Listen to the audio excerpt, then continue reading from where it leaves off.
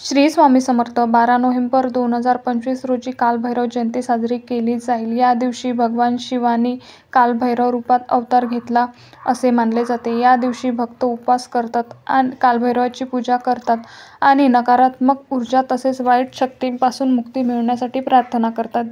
या दिवशी भगवान शिवाने कालभैरवाच्या रूपात अवतार घेऊन अधर्म आणि अहंकाराचा नाश केला, अशी आध्यात्मिका आहे.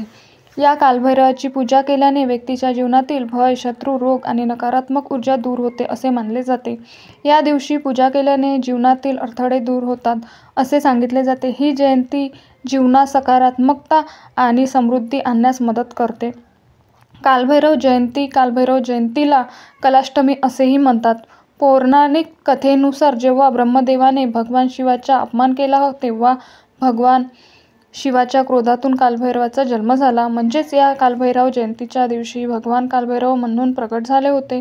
या दिवशी भगवान शिवाचे उग्र रूप असल्याने कालभैरवाची पूजा केली जाते. शत्रू आणि धनाशी संबंधित समस्यांपासून मुक्ती मिळवण्यासाठी हा दिवस अतिशय महत्त्वाचा मानला जातो.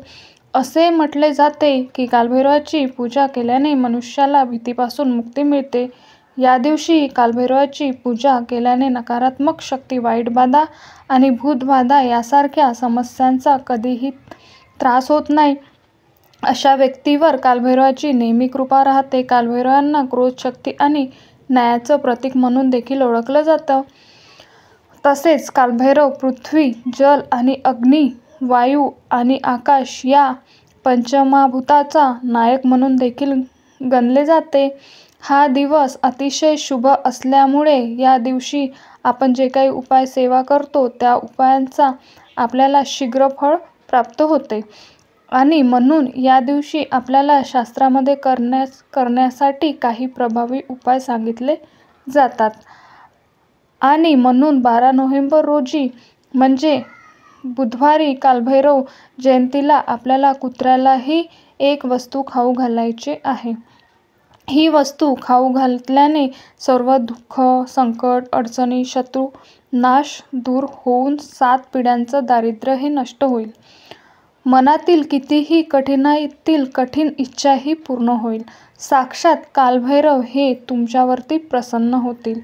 असा हा अत्यंत प्रभावी उपाय आपण आज या व्हिडिओमध्ये पाहणार आहोत. त्यामुळे तुम्ही हा व्हिडिओ शेवटपर्यंत नक्की पहा आणि चॅनलवरती नवीन असाल तर सबस्क्राईब करा आणि व्हिडिओला एक लाईक करून कमेंटमध्ये हर हर महादेव असे नक्की लिहा.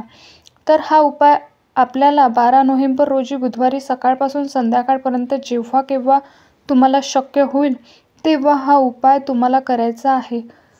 कालभैरव हे शिवाच्या गणापैकी एक मानले जाते. कालभैरवाचा जन्म शिवाच्या रक्तातून झाला होता अशी आख्यायिका आहे.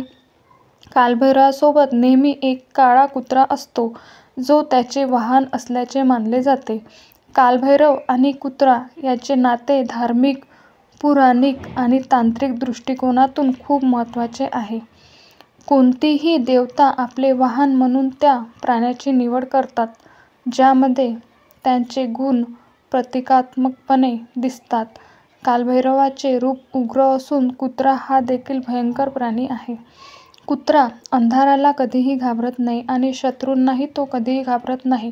कुत्र्याला तीक्ष्ण बुद्धिमत्ता आणि त्याची मालकाप्रती प्रामाणिकतामुळे तो एक निष्ठावान रक्षक प्राणी म्हणून सुद्धा मानला जातो.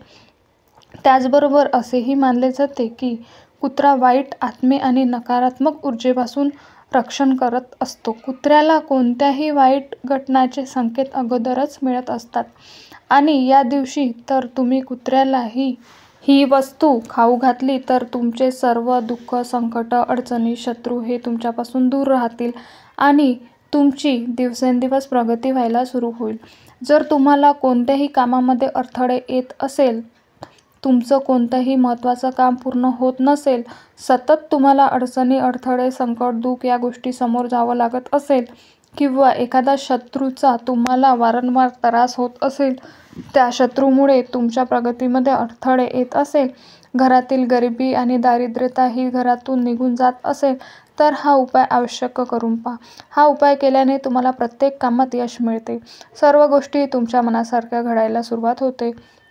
त्याचबरोबर राहू, केतू, शनीचा त्रास जो आहे तर तो सुद्धा तुमचा कमी होतो. हा उपाय करण्यासाठी आपल्याला एक वाटीमध्ये थोडंसं पाणी घ्यायचं आहे.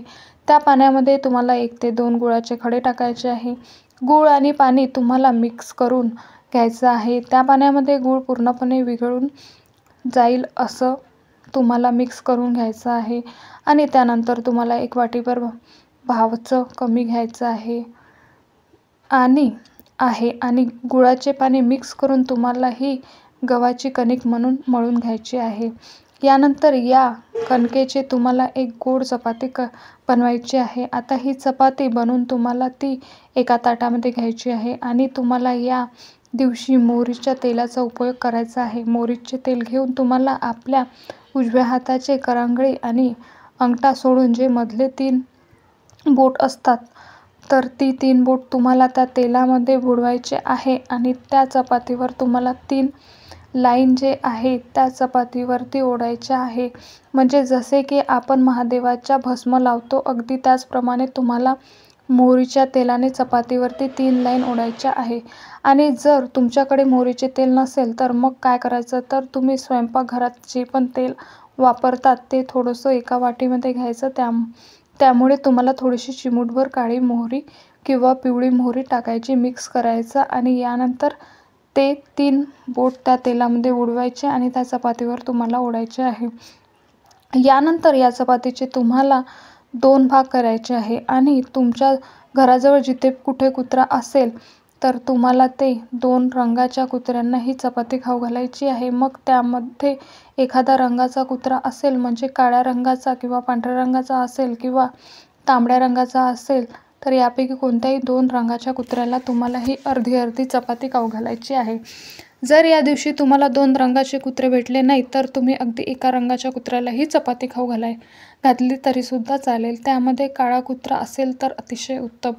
काळा कुत्रा हे भगवान कालभैरवाचे वाहन मानले जाते आणि म्हणून जिथे कुठे त्यांचा फोटो असतो तर त्याच्या शेजारी काळा कुत्रा हे नेहमी त्या फोटोमध्ये असते. आणि जेव्हा तुम्ही कुत्र्याला ही चपाती खाऊ घालणार आहे त्यावेळी तुम्हाला तुमचे सर्व दुःख, संकट, अडचणी, शत्रू, त्रास दूर होण्यासाठी, प्रत्येक कामात यश मिळण्यासाठी कालभैरवांना मनोभावे प्रार्थना करायची आहे.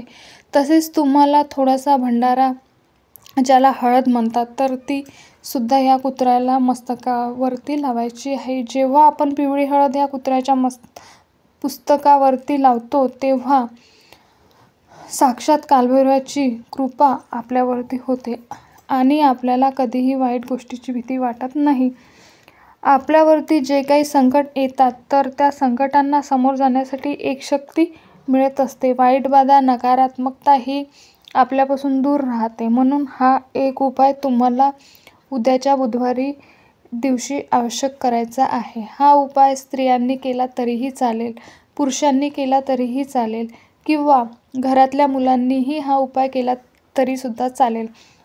त्याचबरोबर जर तुमच्या घराजवळ कालभैरवाचे मंदिर असेल तर तिथे जाऊन तुम्हाला वेळ असेल तर आवश्यक दर्शन घ्या. आणि जेव्हा तुम्ही दर्शनाला जाणार आहे त्यावेळी तुम्हाला लिंबाची 11 लिंब घ्यायचे आहे आणि त्या 11 लिंबाची माळ तुम्हाला बनवून कालभैरवांना अर्पण करायची आहे. 11 लिंबू नसेल तर तुम्ही 7 लिंबू घेतले तरीसुद्धा चालेल.